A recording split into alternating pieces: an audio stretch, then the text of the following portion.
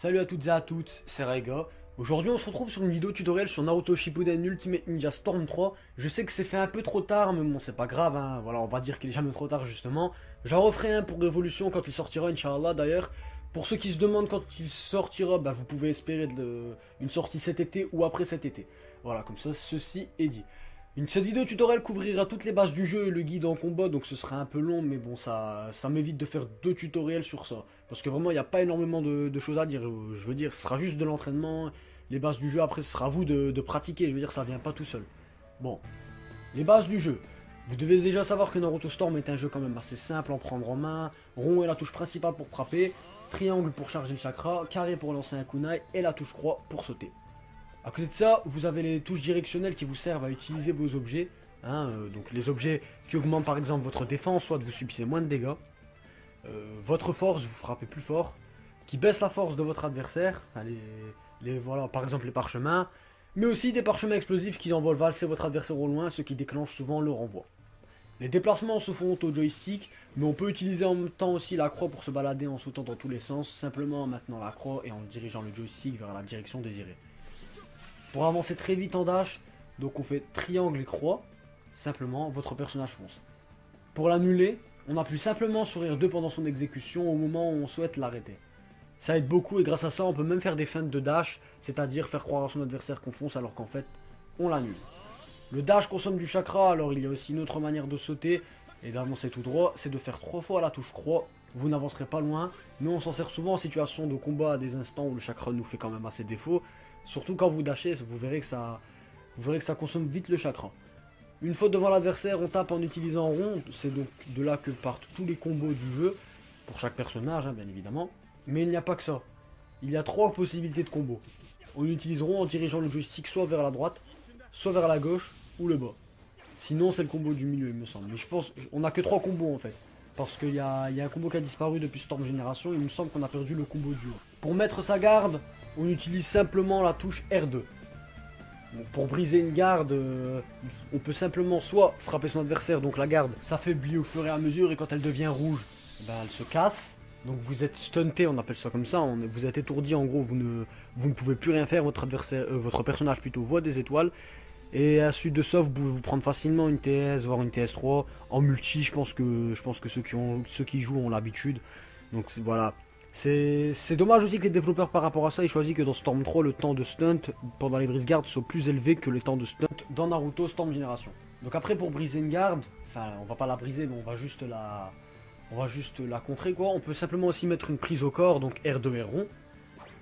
Donc les prises au corps sont plus ou moins...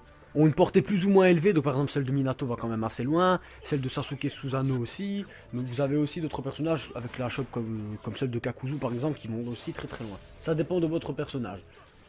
Pour contrer un dash, il y a beaucoup de polémique là-dessus en fait, on fait un contre-dash, c'est-à-dire que quand mon adversaire me dash dessus, je mets ma garde et puis je redash, c'est-à-dire utilise triangle rond au même moment où ma garde a donc paré le dash de mon adversaire, puis j'utilise rond pour entamer un combo directement.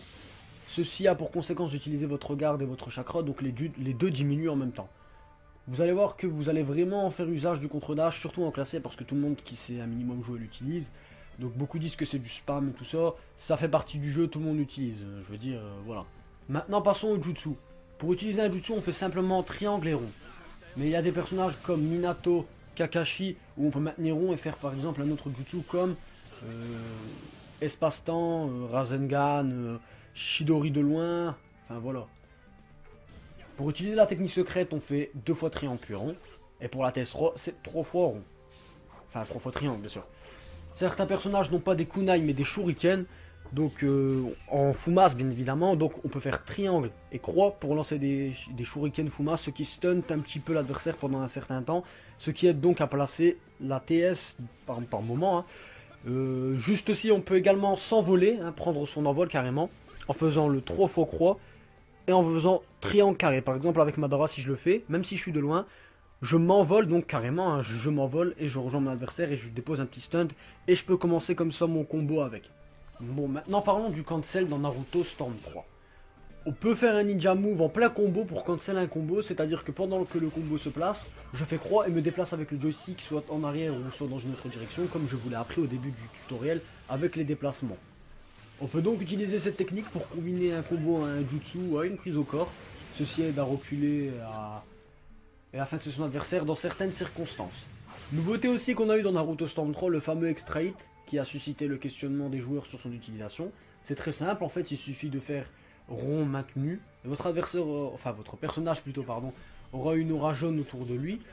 Ensuite de lâcher le rond, vous pourrez ensuite frapper votre adversaire avec votre personnage de soutien ou vos personnages de soutien, ça dépend. On peut aussi utiliser l'extra hit par exemple pour combiner d'autres trucs, un jutsu, une TS. En parlant aussi de soutien, leur rôle est vraiment unique et très important. Les offensifs sont les soutiens qui font les renvois, donc pas de renvoi égale pas d'offensif, c'est la logique des choses. Les défensifs sont ceux qui bloquent le rythme du match, je pense qu'on peut s'en passer. Les équilibrés vous permettent de combiner d'autres kunai si manquant, par exemple un Madara en soutien équilibré pour avoir les Fumas afin de stunter votre adversaire pendant un court moment, c'est toujours ça de gagner. Notez quand même aussi que l'extra hit vous consomme du chakra et que vous ne pouvez utiliser votre soutien que quand il est disponible. D'ailleurs, quand vous l'utilisez pour un extra hit, vous ne pourrez pas le réutiliser directement pour son rôle normal qui est de lancer donc un jutsu. Certains soutiens peuvent être et sont mieux utilisés d'ailleurs en l'air. Si une fois en saut vous pouvez lancer votre soutien et que vous avez un personnage comme Naruto ou Itachi, vous verrez que ça fait vite la différence. Le jutsu est beaucoup plus intéressant en l'air qu'au sol. Les équilibrer vous sauvent aussi des techniques secrètes, j'allais dire interdites, en se sacrifiant à votre place. C'est toujours aussi ça de gagner, hein, parce qu'une TS ça fait vraiment beaucoup de dégâts, surtout si votre adversaire a pris son objet de gain de force. Voilà. Parlons maintenant de l'incliné qu'on fait avec le joystick directionnel vers le haut et rond. Il change de personnage à personnage, certains en ont vraiment un très intéressant, d'autres beaucoup moins. Par exemple celui de Minato lance un kunai Hiraishin qui lui permet de se téléporter directement derrière son adversaire, même à l'autre bout de la map, et de le comboter directement dans son dos, ce qui n'est vraiment pas mal du tout. Maintenant le mode éveil, lui, il est parfois surcheaté, hein, qu'on se le dise. Vous avez des éveils avec des persos comme celui de Sasuke EMS qui se transforme en Susanoo, enfin, qui utilise son Susanoo, pardon. On peut l'utiliser quand votre adversaire est à une zone bien précise de vie. D'ailleurs, si vous étiez à court de chakra, bah, automatiquement le système vous remet une jauge complète, carrément complète. Donc on l'utilise simplement en chargeant son chakra et puis arrivé à un seuil, votre personnage voilà, il se mettra en mode éveil. Ou bien dès le début de la partie ou à tout moment de la partie avec des personnages comme Naruto avec R3, qui est, pour ceux qui ne savent pas, votre joystick de droite. Dans ce mode, tous vos coups sont augmentés. Vous n'avez pas le droit à la TS ou à la TS3. Vous êtes d'ailleurs beaucoup plus vulnérable à une TS3 en mode Susanoo qu'en mode normal. Le jutsu change aussi parfois. Enfin maintenant, un point très important, la permutation. Elle se fait avec L2. Vous possédez 4 permutations à chaque début de match. À chaque fois que vous prenez des coups, cette jauge se remplit, hein, parce que c'est logique, vous allez utiliser toute la partie. Inutile de forcer la permutation, je dis ça parce que c'est souvent la plus grosse erreur du débutant en fait, c'est d'utiliser sa permutation pour tout et n'importe quoi, alors que c'est pas du tout comme ça qu'on doit les utiliser.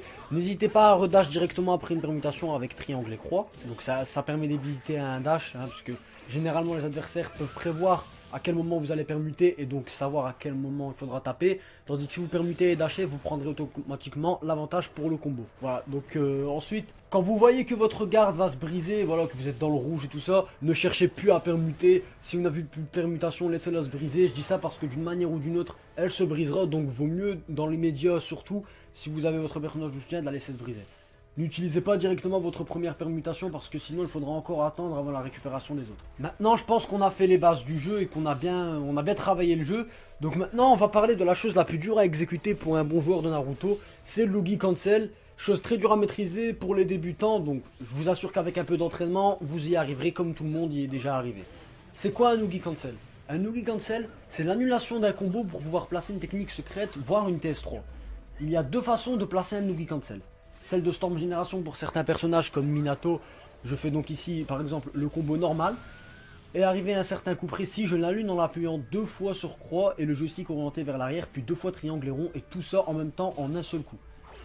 Si vous faites bien ce que je viens de dire, votre personnage va arrêter le coup et lancer votre Logi Cancel. Voilà. Donc la méthode de Storm 3, très simple, hein, encore plus simple ici avec Sasuke combo normal. Arrivé à un moment où l'adversaire est stunté, soit étourdi, il ne peut pas mettre sa garde, j'appuie 2 fois sur la touche croix et le joystick vers le bord en même temps, et je lance la TS avec triangle, triangle et rond. C'est le Logi le plus facile à maîtriser, celui de Sasuke EMS, le Logi le plus facile. Parce qu'en plus de ça, vous avez un petit peu plus de temps quand même pour pouvoir lancer votre TS après le petit coup d'épée qui stunt. Avec Nagato, combo normal, et une fois les kunai lancés, double croix et directement triangle triangle. Gardez en tête aussi que c'est pas fait en une seconde, je veux dire ça se maîtrise pas non plus en une seconde. Tout combo permettant de placer une TS3 ne permet pas forcément de placer une TS. Ça c'est sûr. Pour placer une TS3, faire un Oogie TS3, bon c'est la chose la plus facile à faire. On reprend le principe de l'Oogie de Nagato en fait. C'est pour ça que j'ai choisi celui de Nagato. On avance, pile devant l'adversaire, on lance la TS3, mais bon je pense que ça c'est plutôt lié à un bug en fait, donc je vous conseille de le faire uniquement quand votre adversaire n'a plus de permutation, surtout si c'est quelqu'un de fair play. Maintenant si c'est quelqu'un de pas fair play, qui spam, qui prend que des défensifs et tout ça, faites-vous plaisir, voilà. Bon, j'espère que ce tuto aura aidé beaucoup de monde et aidera beaucoup de monde à progresser, parce qu'on me dit souvent comment tu fais, tu joues plutôt bien, j'aimerais bien que tu me donnes des conseils, et voilà. Donc si vous avez des questions, posez-les en commentaire, j'y répondrai. Si vous avez aimé, eh bien likez et partagez la vidéo. Moi je vous laisse et je vous dis à la prochaine. Salut à tous!